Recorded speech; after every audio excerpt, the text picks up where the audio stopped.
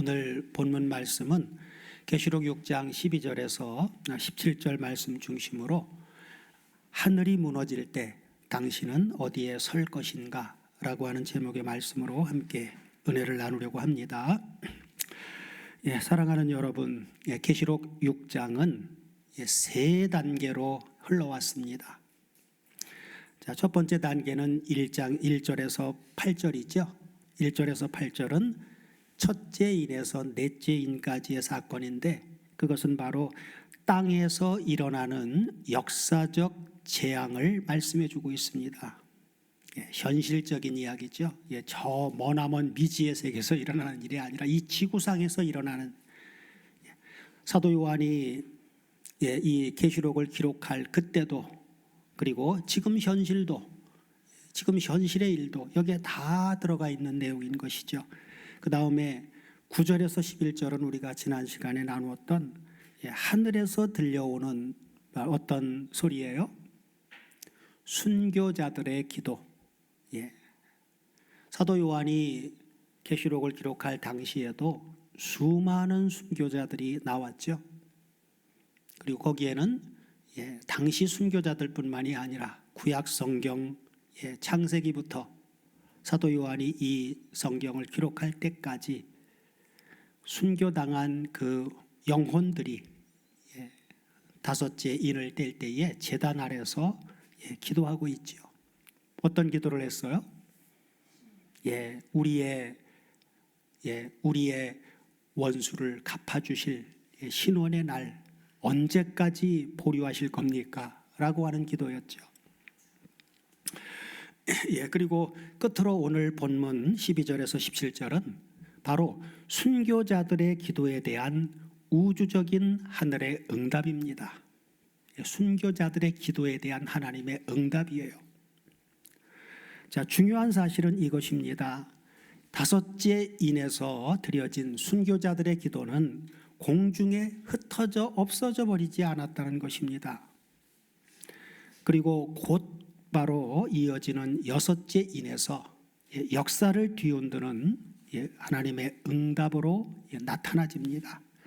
하나님은 침묵하신 것이 아니라 기다리며 준비하고 계셨던 것입니다. 오늘 본문의 언어들은 새로운 표현이 아니라 구약의 묵시적 언어를 그대로 사도 요한이 계승해서 그 완성 단계에 적용을 한 것입니다. 계시록에서 말하고 있는 종말은 최종적인 종말이에요. 종말도 항상 우리가 언급할 때 종말은 크게 어느 한 점이 아니라 예수님의 초림부터 예수님의 재림까지의 모든 역사를 종말이라고 얘기를 했는데, 오늘 이 본문의 내용은 초림에서 그 중간 과정이 아니라 마지막 재림의 광경에 일어나는 상황입니다. 그걸 잘 포인트를 보고 성경을 보아야 됩니다. 그래서 사도 요한은 시를 쓰는 사람이 아니죠. 그래서 구약의 선지자들을 통해서 말씀하신 언어를 이어받아서 신약의 마지막으로 예언서를 기록한 마지막 선지자가 바로 사도 요한이에요. 성경을 기록한 마지막 선지자 사도 요한. 그래서 계시록 6장 12절 17절을 읽으면 구약이 자동으로, 구약에 있는 말씀들이 자동으로 겹쳐집니다.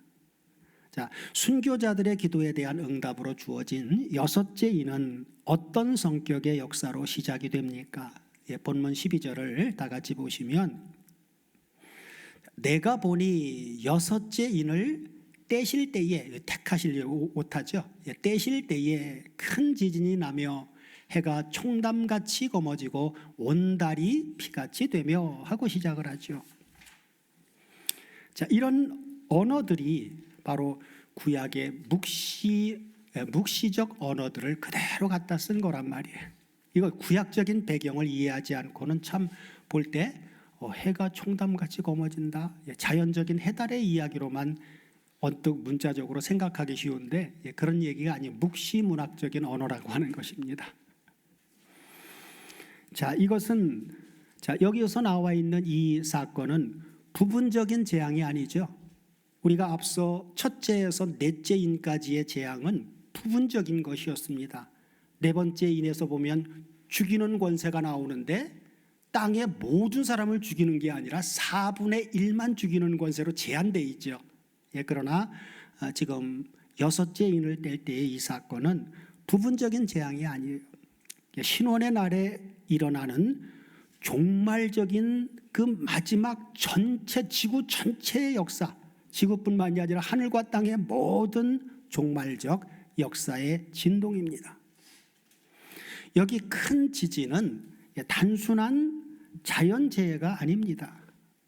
원문을 확인해 보면 큰 지진이라고 하는 단어가 세이스모스 메가스라고 나오는데, 이것은 요한계시록에서 신적인 개입의 표지입니다. 하나님이 직접 역사에 개입하시는 표지예요. 신적 개입의 표지. 자, 큰 지진은 요한계시록의 문맥에서 어떻게 연결되어 나타납니까? 우리가 성경을 볼 때 점으로 보면 안 된다, 계속 강조하죠. 구속사로 봐야 된다, 선으로 봐야 된다. 그래서 바로 성경을 해석하는 정통 해석 방법은 첫째도 문맥이고, 둘째도 문맥이고, 셋째도 문맥이라고 했습니다. 그래서 계시록 자체적인 문맥에서 보면 이 말씀은 어떻게 연결되어지는지, 자, 계시록 11장 13절을 한번 보겠습니다. 6장에서 뛰어넘어가서 11장으로 가면 같은 큰 지진에 대한 얘기가 나오는데, 자, 그 시에 큰 지진이 나서 성 10분의 1이 무너지고, 그 다음에 지진에 죽은 사람들이 7천이라. 그 남은 자들이 두려워하여 영광을 하늘의 하나님께 돌리더라 하고 나오죠. 그래서 이 사건은 바로 계시록 11장은 두 증인의 사역이 전반부에 나옵니다. 두 증인의 사역이 끝난 다음에 일곱째 천사가 마지막 나팔을 불기 직전의 사건과 연결되어지는 문맥이에요. 계시록 6장의 이 여섯째 인을 뗄 때의 사건이 바로 11장의 두 증인의 사역이 끝나고 일곱째 천사가 마지막 나팔을 불기 직전, 그때 사건과 연결되어지는 문맥이라는 것이죠. 자, 그 다음에 계시록 16장 18절도 보시면 큰 지진 얘기가 나오는데, 16장 18절 보시면 다 같이 한번 보겠습니다. 16장 18절이요. 번개와 음성들과 뇌성이 있고, 또 지진이 있어 어찌 큰지, 지진이 그냥 작은 지진이 아니에요. 어찌 큰지 사람이 이 땅에 오므로 이같이 큰 지진이 없었더라. 최고로 큰 지진이란 말이에요. 자, 이 사건은 언제 일어나는 사건입니까? 앞뒤 문맥을 보면 일곱째 진노의 대접인 마지막 재앙이 나타나는 그 문맥과 연결되어지는 것입니다. 일곱 진노의 대접으로 재앙이 마무리되어지죠. 그래서 바로 일곱 진노의 대접인 마지막 재앙이 나타나는 그 문맥에서 바로 지금까지 있었던 지진 중에 최고로 큰 지진이 있는 사건을 말해주고 있죠. 자, 그래서 이 큰 지진이라고 하는 이것은 지질학적 현상 설명이 아니라 하나님이 창조한 이 창조 질서 전체가 흔들리는 신학적인 언어입니다. 하나님의 언어예요. 큰 지진에 이어서 나타나는 변화는 무엇인지, 자, 본문 12절 후반부를 보면 큰 지진에 이어서 나오는 것이 오늘 본문 6장 12절의 이 뒤에 부분을 보면, 자, 큰 지진이 어디 갔어요? 12절이요. 자, 큰 지진이 나며, 그러면서 뒤에서 뭐라고 나와요? 자, 이건 지금까지 있어 오므로 없었던 가장 큰 지진이 났다는 얘기예요, 이게. 그죠? 그러면서 이어지는 게 해가 총담같이 검어지고 온 달이 피같이 되며 하고 말씀하죠. 그래서 여기서 말하고 있는 이 사건, 바로 이것은 무엇을 말하느냐? 자, 이 같은 해와 달의 변화, 해가 변하고 달이 변하죠. 이 변화는 바로 첫 창조 때 어둠을 밝혀 질서를 세우던 피조된 빛이 실패하거나 사라진 것이 아니라 하나님의 직접적인 임재 앞에서 더 이상 그것들이 빛을 비추는 그 역할이 필요 없게 되었음을 선포하는 종말적 전환의 표징입니다. 더 이상 첫 창조 때 만들어진 해와 달의 그 빛이 필요가 없단 말이에요. 계시록 22장에 가면 분명하게 나오죠. 거룩한 성 새 예루살렘 안에는 해와 달의 빛이 쓸데없다고 얘기를 하죠. 왜 그렇습니까? 보좌에 앉으신 이와 어린 양이 빛이시기 때문에. 그죠? 그러니까 더 이상 그런 빛들이 필요 없는 그런 역사가 올 것을 말해주고 있는 것이죠. 자, 그래서 해가 총담같이 검어지고라고 하는 부분을 원문을 확인해 보면 총담같이 검어지고라고 하는 부분이 호스, 사코스, 트리키노스라고 나오는데 이것은 이 총담이라고 하는 이것은 주로 검은 염소털로 만든 애통의 옷을 의미합니다. 검은 염소털 그것으로 만든 이건 어떨 때 입느냐? 애통할 때 입는 옷이에요. 애통할 때. 그래서 왜 총담 곧 염소털 옷에 이것을 마지막 때 사건을 비유했을지 그걸 생각해 보면 당시 유대 사회에서 이 염소털로 만든 검은 베옷은 가족이 죽었을 때 극심한 슬픔을 표현하기 위해서 입었고 그 다음에 또한 하나님 앞에서 자신의 죄를 아주 깊이 뉘우치고 회개할 때 바로 이 검은 염소털로 만든 검은 옷을 입었습니다. 아주 극도로 슬플 때 입었던 옷이라는 것이죠. 자, 그러므로 해가 총담같이 검어졌다라고 하는 것은 단순히 계기일식 같은 자연 현상을 넘어서 하나님의 엄중한 심판과 온 세상에 닥칠 거대한 슬픔을 그걸 시각적으로 상징하여 표현한 것입니다. 세상의 그 마지막 종말에 닥칠 그 거대한 슬픔 그것을 시각적으로 상징해서 표현한 그런 언어라고 하는 것이죠. 자, 해와 달은 언제 제일 먼저 등장을 합니까? 창세기 7일 역사 가운데 바로 넷째 날에 해와 달을 창조하시죠. 그래서 해와 달은 창세기 1장에서 그 해와 달을 중심으로 뭐가 질서가 잡힙니까? 세상의 시간. 그래서 이 해와 달은 창세기 1장에서 시간을 다스리도록 창조된 빛이었습니다. 그 빛이 꺼진다라고 하는 것은 시간의 질서가 종말을 향해서 가고 있음을 의미해 주고 있습니다. 이제 지금 우리가 살아가고 있지만 지금 어느 때를 우리는 가고 있는 거예요?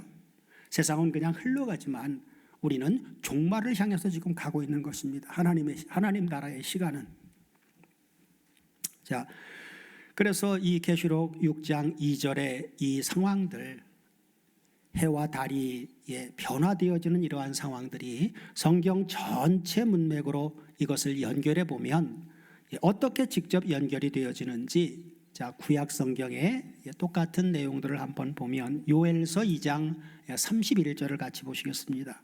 자, 요엘서 2장 31절을 같이 보시면 어느 때에 그런 현상이 일어나느냐? 요엘서 2장 31절이요. 자, 다 같이 한번 보겠습니다. 자, 여호와의 크고 두려운 날이 이르기 직전에, 그죠? 여호와의 크고 두려운 날은 어떤 날이에요? 이건 최종 심판의 날을 얘기해 주고 있는 것이죠. 그래서 여호와의 크고 두려운 날이 이르기 전에 어떤 변화가 일어납니까? 해가 어두워지고 그리고 달이 핏빛같이 변하려니와 하고 말씀해 주고 있죠. 그죠? 여호와의 크고 두려운 날, 바로 심판 직전에 이런 역사들이 일어날 것을 요엘을 통해서도 예언을 해주셨던 것이죠. 그 다음에 우리 주 예수 그리스도께서도 친히 종말장인 마태복음 24장에서 29절, 마태복음 24장 29절을 보면 이렇게 해와 달의 변화를 분명하게 말씀해 줍니다. 자, 뭐라고요? 그날 환난 후에 즉시로 해가 어두워지며 달이 빛을 내지 아니하며 별들이 하늘에서 떨어지며 하늘의 권능들이 흔들리리라 하고 말씀해 주고 있죠. 자, 여기 그날 환난 후, 마태복음 24장은 종말장이에요. 제자들이 예루살렘 그 헤롯 성전을 보고 자랑할 때 주님이 뭐라고 하셨어요? 너희들이 그것 가지고 자랑하느냐? 돌 하나도 돌 위에 하나도 남기우지 않고 이 너희들이 자랑하는 이 돌 성전은 다 무너질 것이다. 그랬더니 제자들이 깜짝 놀라가지고 주여 어느 때에 그런 일이 있겠사오며 그때에 어떤 징조가 있겠습니까? 라고 물었을 때 종말에 대한 상황을 주님이 24장에 아주 상세하게 기록을 해놨어요. 종말에 대해서 궁금하시면 마태복음 24장을 보시면 아주 적나라하게 나옵니다. 그러면 그날 환난 후 즉시 해가 어두워지는 요 사건은 그 어느 시점이냐? 바로 뒤에 30절에서 분명하게 앞에도 물론 더 중요한 내용들이 있지만 바로 연결지어서 바로 그 시점을 이렇게 얘기하고 있죠. 그때에 인자의 징조가 하늘에서 보이겠고, 그러면서 그때에 어떤 또 일이 있어요? 땅의 모든 족속이 뭐하고 있어요? 통곡하며, 그리고 그들이 뭘 본다고요? 인자가 구름을 타고 능력과 큰 영광으로 오는 것을 보게 될 것이다 하고 말해주고 있지요. 그러니까 해가 총담같이 검어지고 달이 핏빛같이 변화되어지는 이 사건은 인자가 구름을 타고 오는 것은 재림의 사건을 얘기해주고 있는 것입니다. 그분이 심판주로 역사의 종말을 현실화하기 위해서 오시기 그 직전에 일어나는 상황이 해와 달의 변화가 일어나는 사건이다. 그러니까 계시록 6장은 종말 직전의 이야기를 하고 있는 거예요.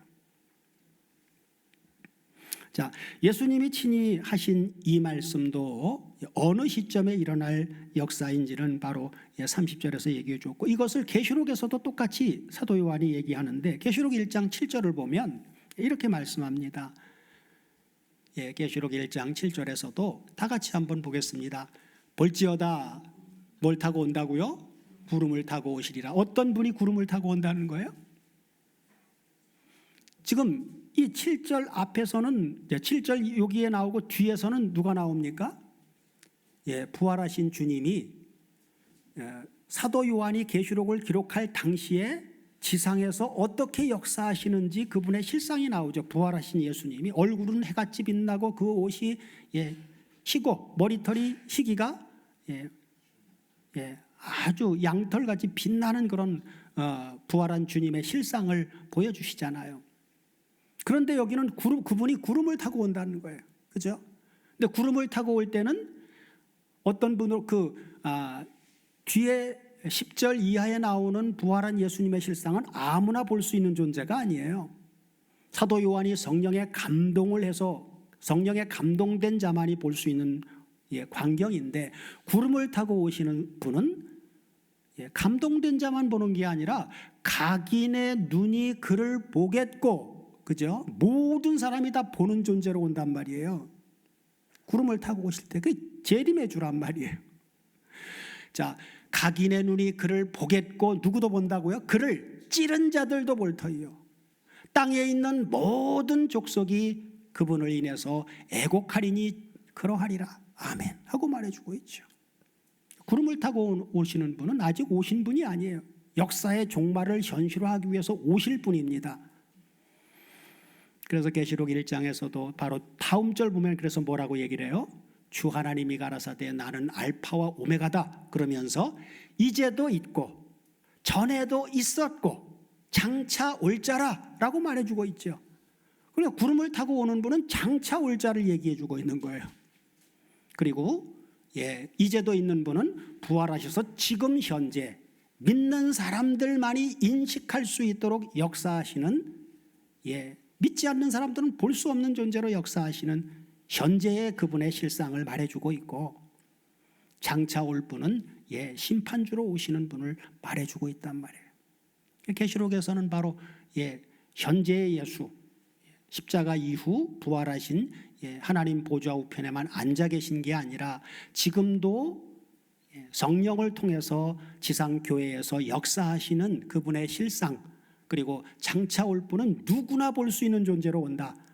지금 성령을 통해서 역사하시는 주님은 믿는 성도들만 인식하고 의식하고 그분을 영접해서 함께 살아갈 수 있는, 알 수 있는 분이다 라고 하는 차이가 있는 것이죠.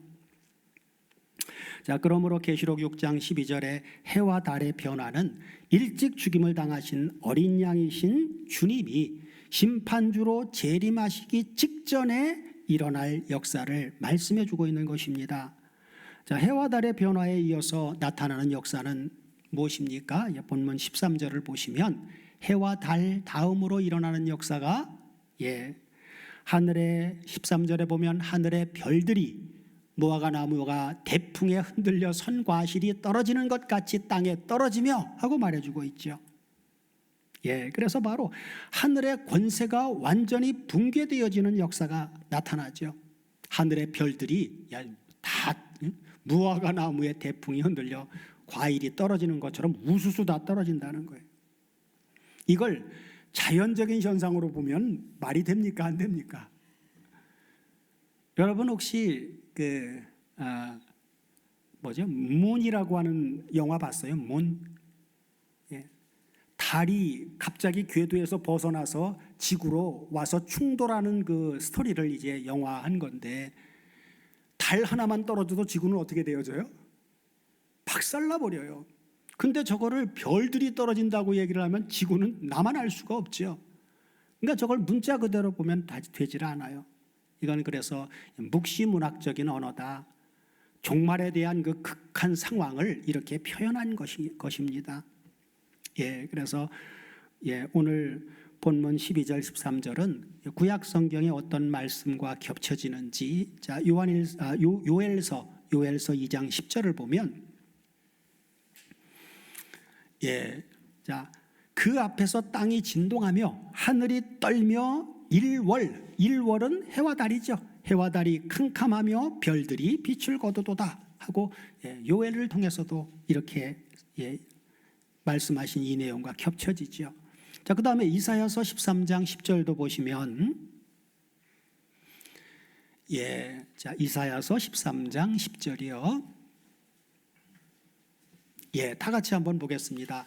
하늘의 별들과 별떨기가 그 빛을 내지 아니하며 해가 돋아도 어두우며, 해가 돋았는데도 어두워요. 그리고 달이 그 빛을 비치지 아니할 것이로다 하고 말씀해 주고 있죠. 그래서 이 이사야서 13장 10절 말씀은 바벨론의 멸망 사건을 예언한 것입니다. 그러나 실제 이 예언은 역사 속에서 현실화됐죠. 바벨론은 메대와 바사 연합군에 의해서 역사 속에서 이미 심판이 이루어졌습니다.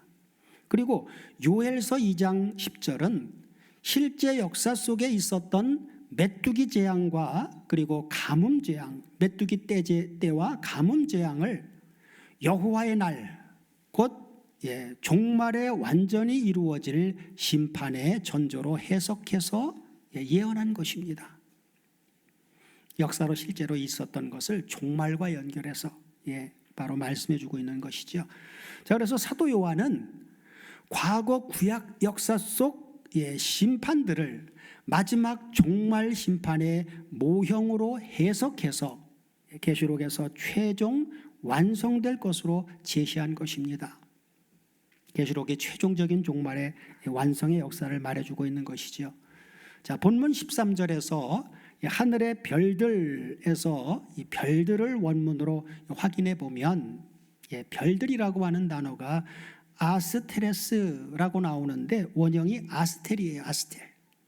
이것은 하늘에 흩뿌려진 별. 하늘에 지금 우리가 밤에도 보면 수많은 별들이 있죠. 지금은 공해 때문에 잘 안 보이는데 옛날에 어렸을 때 밤하늘 보면 아주 별이 쏟아지듯 많았죠. 그러니까 하늘에 흩뿌려진 별, 그런 의미를 가지고 있죠. 이 별이라고 하는 단어가. 그러나 지금 성경이 말하는 그런 이 내용들은 단순한 이 천체, 하늘에 있는 그런 개념이 아니라 구약 묵시문학에서 별은 종종 권세와 통치자를 상징합니다. 권세와 통치자들을 별로 상징해서 말한다는 거예요. 그래서 이것은 단순한 하늘의 별들이 비가 내리듯 막 쏟아지는 그런 것이 아니라 하늘과 땅의 모든 거짓 권세가 무너지는 장면을 말씀해 주고 있는 것입니다. 하늘과 땅의 모든 거짓 권세들. 자, 모든 거짓 권세가 무너지는 장면에 이어서 또 어떤 장면이 전개가 되어집니까? 본문 14절을 다 같이 보시면 이번에는 하늘이 종이축이 말리는 것 같이 어떻게 되어져요? 떠나간대요. 그리고 각 산과 섬이 제자리에서 옮기오매 하고 말씀해 주고 있는데, 자, 여기 하늘이 떠나가는 장면은 바로 피조 세계의 해체를 상징합니다. 피조 세계가 다 해체되어져 버리는 거예요.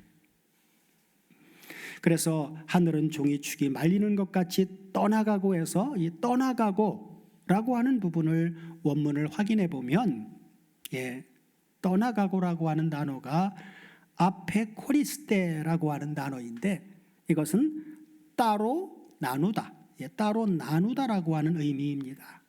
그래서 이것은 찢어지듯 분리되어지는 것을 의미합니다. 찢어지듯 분리되어지는 것. 그래서 하늘은 이제 더 이상 인간을 가리는 보호막이 아니라는 것이에요.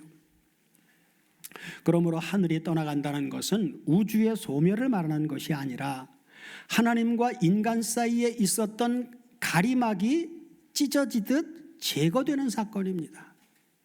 하나님과 인간 사이에 보호해 줬던 가리막 역할을 했던 그것이 다 제거되어져 버린 사건을 말한다는 거예요. 자, 그래서 헬라어 아페코리스테는 분리의 개념도 있지만 분리되면 어때요? 가리워져 있던 게 다 노출되어져 버리죠. 그래서 바로 분리와 노출을 의미합니다.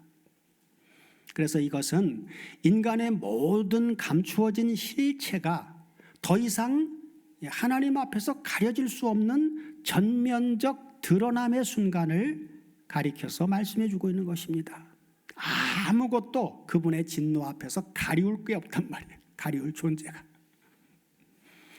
자, 이 같은 상황에 이어지는 본문에서 인간의 반응은 어떻게 나타납니까? 하나님의 그런 여섯째 인을 뗄 때의 역사가 하늘의 모든 피조세계가 해체되어지는 이런 상황이 일어날 때 인간의 반응. 자, 15절 16절을 보면 이렇게 말씀하고 있죠. 다 같이 한번 보겠습니다. 땅의 임금들과 왕족들과 장군들과 부자들과 강한 자들과 각종과 자주자가 굴과 산 바위 틈에 숨어서 산과 바위에게 이르되 우리 위에 떨어져 보좌에 앉으신 이의 낯에서와 어린 양의 진노에서 우리를 가리우라 하고 어린 양의 진노가 두려워서 전부 숨어버리죠. 이것은 하나님의 심판 앞에서 평등해진 인간의 모습입니다. 첫째에서 넷째인 사건 가운데는 넷째 재앙 사건 가운데에는 포도주와 기름은 해치지 말라라고 하는 광경에서 우리가 나눴듯이 전쟁이나 기근이나 황폐해진 그런 세상의 역사 속에서도 돈이 있고 힘이 있는 사람들은 극심한 환난을 피해갈 수도 있는 거라고 그랬죠. 그러나 이 여섯째 인을 뗄 때는 그런 사람들이 아무도 있을 수 없다는 거예요. 그러니까 평등한 것이죠. 권세를 가진 자나 권세가 없는 자나 모두가 다 어린 양의 진노 앞에서는 두려워 숨을 수밖에 없는 그런 상황이 벌어진다는 것이죠. 그래서 하나님의 심판 앞에서 평등해진 인간의 모습이다. 그래서 여기 열거되어진 일곱 부류의 사람들 얘기가 나와요. 그죠? 첫 번째는 땅의 임금들, 그 다음에 두 번째는 왕족들, 그 다음에 세 번째는 장군들, 그리고 부자들, 강한 자들, 그리고 각종, 그리고 자주자라고 하는 이 일곱 부류의 사람들은 사도 요한 당시 로마 사회의 완전한 계급표였습니다. 요한이 계시록을 기록할 당시 로마 사회가 이렇게 계급으로 분류되어진 그런 시대였단 말이에요. 자, 그러므로 종말, 하나님의 때 종말은 바로 불평등을 고발하는 날이 아니라 모든 인간을 동일한 피조물로 세우는 날입니다. 모든 인간이 그 앞에서는 동일하게 심판대 앞에 서는 거예요. 자, 진노의 주체는 누구이십니까? 16절에 보면, 본문 16절에 나와 있죠. 산과 바위에게 이르되 우리 위에 떨어져 보좌에 앉으신 이의 낯에서와 어린 양의 진노에서 우리를 가리우라 하신 바로 진노의 주체자는 바로 어린 양이십니다. 어린 양. 왜? 부활하신 주님한테 아버지는 뭘 다 맡기셨다고요? 하늘과 땅의 모든 권세를 그분한테 다 맡기셨지요. 그러니까 진노의 주체는 바로 어린 양, 예수 그리스도가 되어지는 것이죠. 왜? 아버지가 맡겼으니까. 자, 이것은 성경 전체에서 가장 역설적인 표현입니다. 여기 어린 양의 진노를 원문으로 확인해 보면 어린 양의 진노라고 하는 부분이 해 오르게 투 아르니우 이렇게 나오는데, 어린 양이라고 하는 단어와 진노라고 하는 두 단어가 연결되어진 그러한 단어입니다. 자, 여기 어린 양은 심판자가 되시기 이전에 그분은 먼저 어떻게 되신 분이에요? 성육신하여 공생애를 이루시고 십자가에 죽임을 당하신 분이죠. 그래서 심판자가 되시기 이전에 먼저 죽임을 당하신 분이라고 하는 거예요. 이게 중요합니다. 그러므로 어린 양의 진노는 변덕스러운 분노가 아니라 끝까지 거부된 사랑에 대한 거룩한 심판입니다. 그분은 사랑을 나타내 주었고 계속해서 돌이켜라, 회개하라, 계속 그렇게 기다리고 인내하면서 기다리고 있었는데 끝까지 거부한 사람들이다 그 말이에요. 하나님의 사랑을 끝까지 거부를 한 그 사랑에 대한 거룩한 심판이다 그 말이에요. 자, 오늘 본문은 어떤 고백으로 끝마칩니까? 자, 17절을 보면 그들의 진노의 큰 날이 이르렀으니 누가 능히 서리요 하더라 하고 마치죠. 자, 이것은 가장 충격적인 고백으로 이런 가장 충격적인 고백으로 여섯째 인해 사건은 마칩니다. 이것은 오늘 본문의 결정적인 질문입니다. 뭐라고 질문하죠? 그들의 진노의 큰 날이 이르렀으니 누가 능히 서리요? 누가 능히 서리요? 누가 설 것인가? 여기서 우리가 확인해야 될 원문은 서리요라고 번역된 히스테미의 수동태입니다. 히스테미의 수동태로 스타데나이 그렇게 나오죠. 자, 여기 스타데나이는 서다라고 하는 의미로 심판 앞에서 무너지지 않고 서 있는 상태를 의미합니다. 그러므로 질문은 단순하죠. 이 심판 앞에 의인으로 설 자가 있는가라고 하는 것입니다. 이런 어린 양의 진노의 심판 앞에 과연 의인으로 설 자가 있는가? 그래서 이 질문에 대한 대답이 어디에 나와요? 6장의 끝절에 나와 있는 이 질문에 대한 대답이 바로 이어지는 계시록 7장에 즉시로 주어집니다. 계시록 7장은 바로 6장의 끝에 이 질문에 대한 대답으로 바로 주신 거예요. 뭐라고 얘기합니까? 7장을 종합하면 누가 어린 양의 진노 앞에 설 수 있어요? 어린 양의 피로 씻어져 흰옷을 입은 무리들만이 설 수 있다라고 말해주고 있죠. 누가 성경을 잘 가르치니까 그 사람 따라가서 되는 게 아니단 말이에요. 자, 오늘 본문의 구속사적인 의미는 심판은 복음의 반대가 아닙니다. 심판은 복음의 완성입니다. 사랑하는 여러분, 요한계시록의 심판은 복음의 실패가 아니라 복음의 완성입니다. 십자가에서 우리를 대신 심판을 받아주신 분이 종말에서 심판을 확정하십니다. 이분은 다름 아닌 동일한 어린 양이십니다. 오늘 본문은 주님과 연합된 우리에게 어떻게 적용이 됩니까? 첫째는